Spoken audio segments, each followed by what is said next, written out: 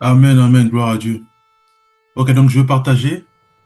Donc je passe sur un thème. Le thème, ça va être ce que tu dis ou écris. Édifie-t-il ou crée-t-il des discussions? Provoque-t-il des distractions? Etc. Ce que tu dis ou écris. Édifie-t-il ou crée-t-il des discussions? Provoque-t-il des distractions?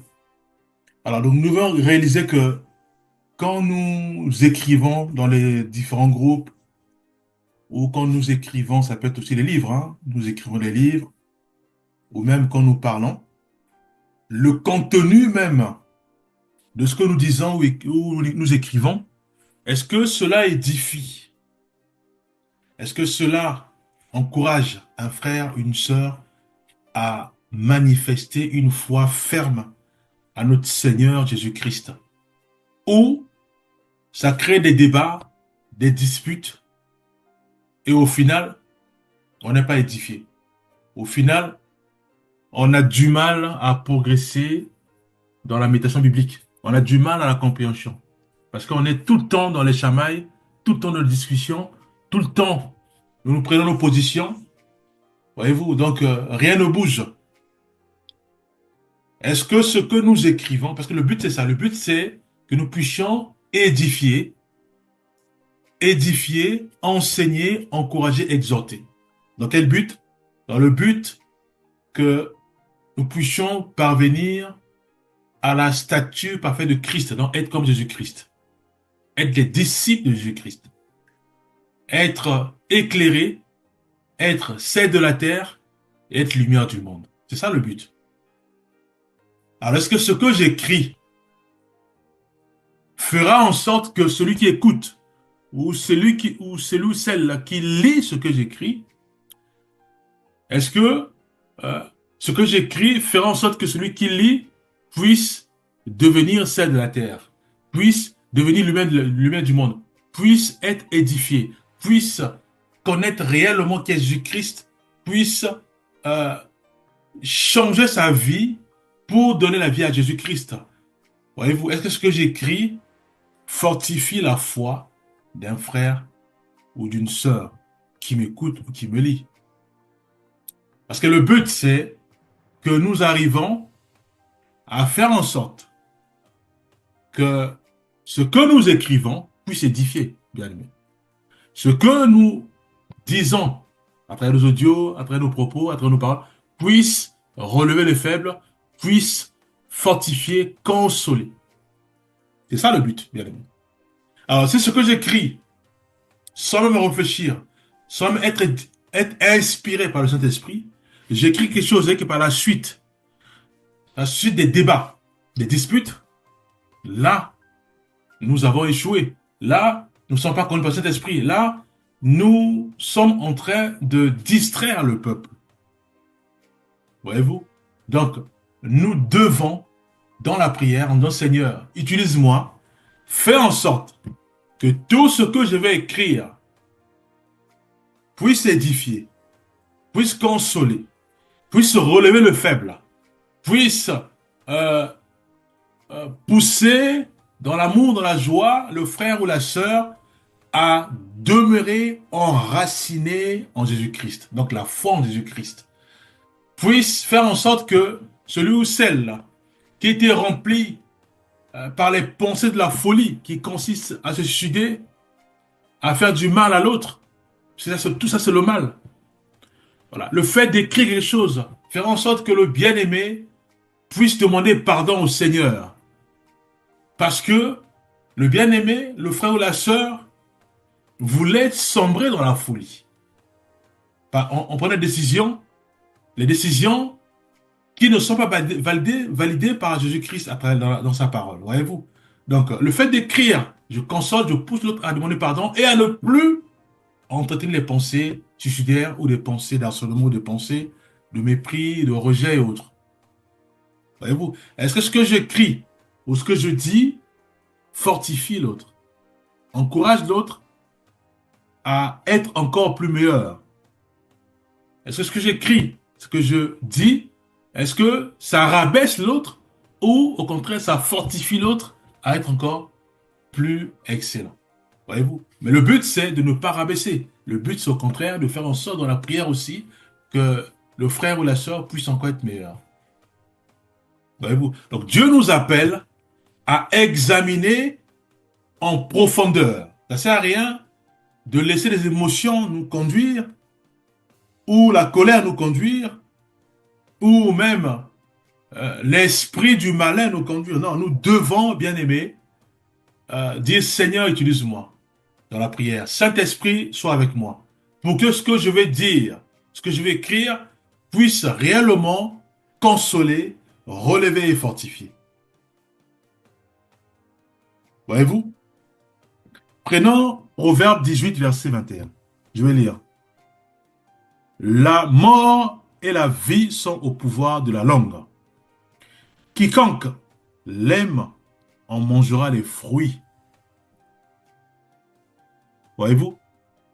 Si j'aime sortir des gros mots, c'est sûr il y aura les fruits qui découleront de ces gros mots. Si j'aime sortir des paroles de bénédiction, d'encouragement, des paroles qui fortifient, des paroles où je crie au Seigneur, certes, oui, il y aura les fruits aussi qui découleront de ces bénédictions, bien-aimés. Mais Dieu nous appelle à bénir et non à maudire. Dieu nous appelle à ne pas juger, mais à prier pour l'autre, hein, comme a dit notre sœur, à prier pour l'autre afin que Dieu le rende encore meilleur, que Dieu l'aide dans ses faiblesses à faire en sorte qu'il soit excellent, qu'il reconnaisse ses erreurs et qu'il avance. Voyez-vous? Prenons Éphésiens 4, verset 29. Qu'il ne sorte de votre bouche aucune parole mauvaise, mais seulement des paroles bonnes, propres, à édifier et à communiquer une grâce à ceux qui l'entendent. À notre époque, on dira qu'il ne sort de votre bouche aucune parole mauvaise. Donc la bouche, tout ce que nous écrivons et tout ce que nous disons. Aucune parole mauvaise, mais seulement des paroles de bonnes, des paroles bonnes, propres à édifier et à communiquer une grâce à ceux qui l'entendent. Voyez-vous? Donc nous devons, bien aimer, écrire des paroles qui fortifient ceux et celles qui sont harcelés, qui sont dans la famine, qui sont dans la pauvreté, qui sont dans toutes sortes de tourments. Nous devons les encourager, les fortifier. Aussi, des paroles pour pousser l'autre à se confesser. Voyez-vous? Dieu nous appelle à la repentance. La personne qui lit le message va dire effectivement j'ai péché. Dieu pardonne-moi. Voyez-vous? Donc la parole pousse l'autre à s'examiner et à demander pardon au Seigneur. Il n'y a pas des paroles qui attisent les disputes pour rien et après c'est la distraction. Et au final, on a pris 1 heure, 2 heures, 3 heures à se chamailler, à se disputer. Par la suite, on va y dormir dans le péché, puisqu'on se chamaille, on se disputer. 1 heure. Voyez-vous? Or, si c'est des paroles qui nous poussaient à prier, soit pour une nation, à prier pour nos quartiers, mais nous allons très vite gagner tout un quartier parce que nous avons prié. Nous avons pris 1 heure, 2 heures à prier pour un quartier. Et nous avons vu des fruits, bien sûr, qui découlent de nos prières. Voyez-vous? Donc nous devons, bien aimer, avant de dire quelque chose, de dire Seigneur, est-ce que ce qui va sortir de moi, est-ce que ça va glorifier ton nom ou ça va blesser l'autre? Si c'est le cas, arrête cela. Je veux simplement que ce qui sortira en moi puisse consoler, fortifier, bénir. Et que toute la gloire te soit rendue. Voyez-vous? Prenons 2 Timothée 2, verset 23, que nous connaissons tous. Repousse les discussions folles et inutiles, sachant qu'elles font naître des querelles. Donc il y a des débats où parfois on sait déjà personnellement que non, au bout il y aura des querelles. Donc ça ne sert à rien de suivre ce chemin-là puisque nous n'avons rien gagné. Nous ne sommes que des perdants. Mais le malin, lui, il va attiser par là. Et il y a aussi les bien-aimés parfois. Les bien-aimés, ils ne parlent pas. Hein. Dans le groupe, ils ne parlent pas. Ou même dans la maison, ils ne parlent pas. Ça peut être le frère comme la sœur. Mais dès qu'on sort un sujet où on sait personnellement qu'il y aura des querelles au fond, les bien-aimés commencent commencer à participer. Non, ils sont là. Ça les intéresse, quoi. Ils commencent à participer. Voyez-vous? Mais si je reconnais dans ça, je dois demander pardon au Seigneur. Je dis, Seigneur, non, c'est pas normal. Il faut que tu me délivres.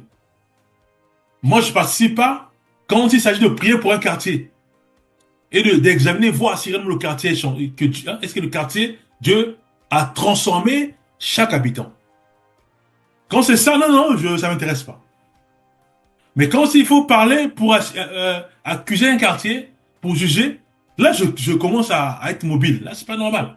Dieu, vraiment, délivre-moi. Fais-moi grâce, afin que je sois plutôt attiré quand il faut prier pour un quartier, pour que le quartier soit ramené à Jésus-Christ. Je veux être bouillant sur ce genre de sujet. Je veux m'engager pleinement et je veux participer. Voyez-vous? Je ne veux plus être en retrait et m'engager quand il s'agit de critiquer, quand il s'agit de juger un quartier ou un frère ou une sœur. Voyez-vous? Ça, c'est le plus normal. Nous devons demander pardon au Seigneur. Donc Dieu nous appelle, il dit refute, non, il dit repousse les discussions folles et inutiles, sachant qu'elles font naître des querelles. Tout ça pourquoi? Parce que Dieu veut que nous puissions garder le meilleur pour lui, pour les fruits bien-aimés. C'est quoi les meilleurs? Examiner ce qui sort en nous. Est-ce que cela édifie, bien-aimés? Nous, avant de poster quelque chose dans le groupe, ou parler au sein de nos familles, ou même partager quelque chose, et il faut être sûr que c'est le Saint-Esprit qui t'envoie, et aussi être sûr que dès que je dis quelque chose, dès que je pose quelque chose, dès que j'envoie un courrier, cela va édifier. C'est même dans les courriers aussi administratifs. Je reçois un courrier qui me fait très mal, mais je veux répliquer. Mais au bout, pose-toi la question, tu vas répliquer. Est-ce que ce que tu as écrit va encore attiser les disputes folles, inutiles, ou au contraire, ça va pousser l'autre à me demander pardon ou à me parler avec douceur. Parce qu'il y a des courriers comme ça où tu vois, on reçoit déjà des missiles d'escuds, des missiles. C'est un courrier. On reçoit, mais on sent que quand on lit, on n'est pas bien. Ah non, il faut que je réplique. Et quand tu répliques, c'est aussi des scuds, tu mets des missiles. Mais là, on est perdant, bien aimé.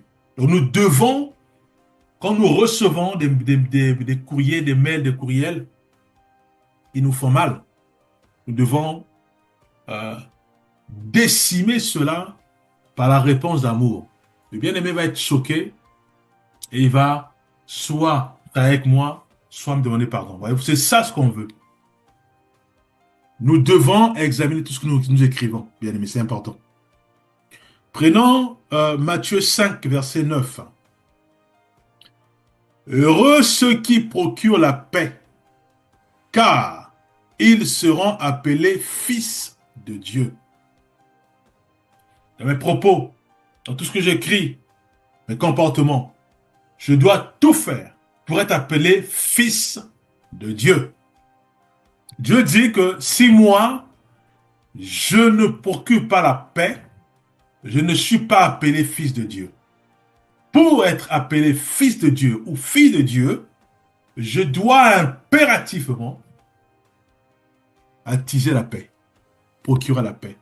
Heureux ceux qui procurent la paix, car ils seront appelés fils de Dieu. Mais qui parle? C'est le Maître, c'est Jésus-Christ qui parle. La parole de Dieu qui parle. Voyez-vous? Proverbe 15, verset 1.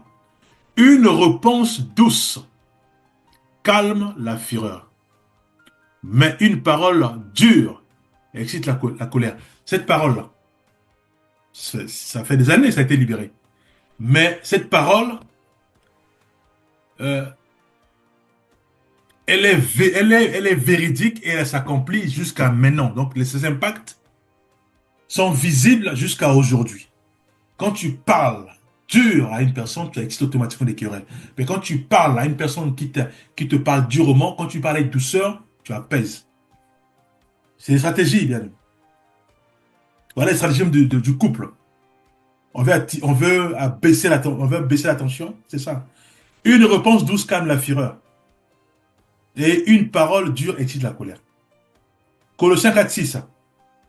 Que votre parole soit toujours accompagnée de grâce, assaisonnée de sel, afin que vous sachiez comment il faut répondre à chacun. Matthieu 12:36. Je vous le dis, au jour du jugement, les hommes rendront compte de toute parole inutile qu'ils auront prononcée. Pardon. Voyez-vous, bien aimé. Nous avons toutes les billes. Nous avons tous les outils. Aujourd'hui, nous sommes éclairés. Aujourd'hui, nous avons de la connaissance sur le fait de savoir que on ne peut plus distraire un peuple. On ne peut plus attiser des sujets qui poussent au chamail, aux disciples inutiles. On ne peut plus attiser des disciples folles. Au contraire, nous devons maintenant réaliser que tout ce que nous écrivons doit automatiquement euh, édifier un peuple, édifier ceux et celles qui lisent ou écoutent ce que je dis. Ça doit édifier, ça doit édifier. Donc si aujourd'hui maintenant, nous recevons un message, un mail, ou même des posts dans les groupes, ou même des invitations, la question que nous devons poser en première, avant de répondre, est-ce que ce que j'ai reçu édifie ou pas? Si ça n'édifie pas, ça ne sert à rien de continuer. Alors si par folie ou par zèle amer, je veux répliquer, avant d'envoyer un mail, un courriel, ou poster dans les boîtes aux lettres, ou même poster dans les groupes, je dois poser la même question. Est-ce que ce que je suis prêt d'envoyer, poster, parler au téléphone, est-ce que cela va édifier ou pas? Si c'est pour attiser encore la haine, la colère, bien aimé, nous devons arrêter de le faire. Voyez-vous? Puisque Dieu nous dit, Dieu nous met en garde en disant que le jour du jugement, nous rendons compte. Et Dieu nous donne même toutes les billes en disant nous devons parler avec douceur. Nous devons attiser la paix pour être appelé fils ou fille de Dieu. Voyez-vous? Nous devons parler avec douceur pour calmer la fureur. Voyez-vous, bien-aimés? Donc Dieu nous appelle, bien-aimés, à ne pas nous conduire ou nous comporter comme des aveugles, puisque nous connaissons la parole de Dieu. Nous avons la connaissance maintenant.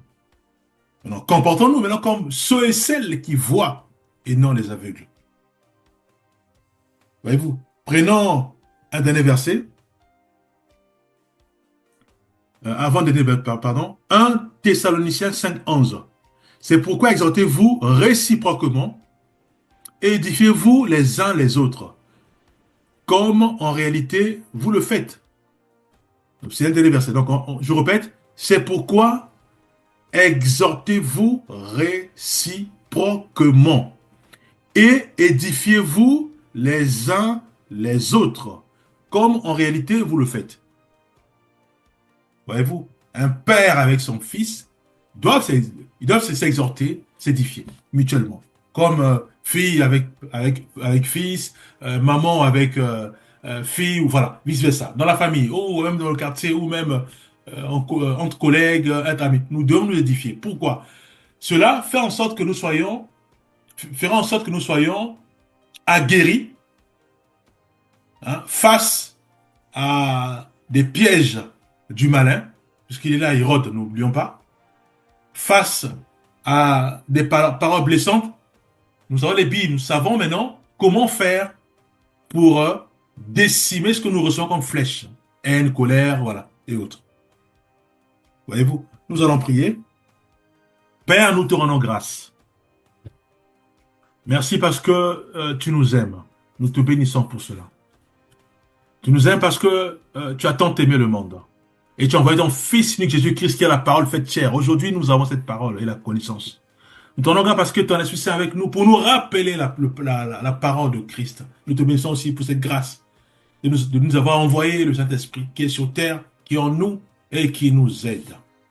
Aide-nous, Père, à ne plus nous chavirer, tomber dans la folie en voulant montrer notre ego, en voulant montrer que euh, nous avons aussi euh, de la folie. C'est pour cela que nous voulons, Père, que la folie cesse en nous.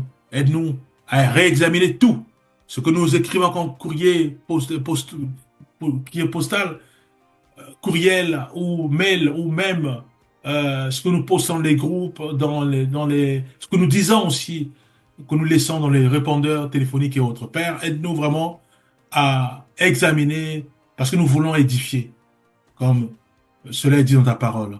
Aide-nous vraiment à édifier, Père. Au nom de Jésus-Christ, nous avons ainsi prié. Amen.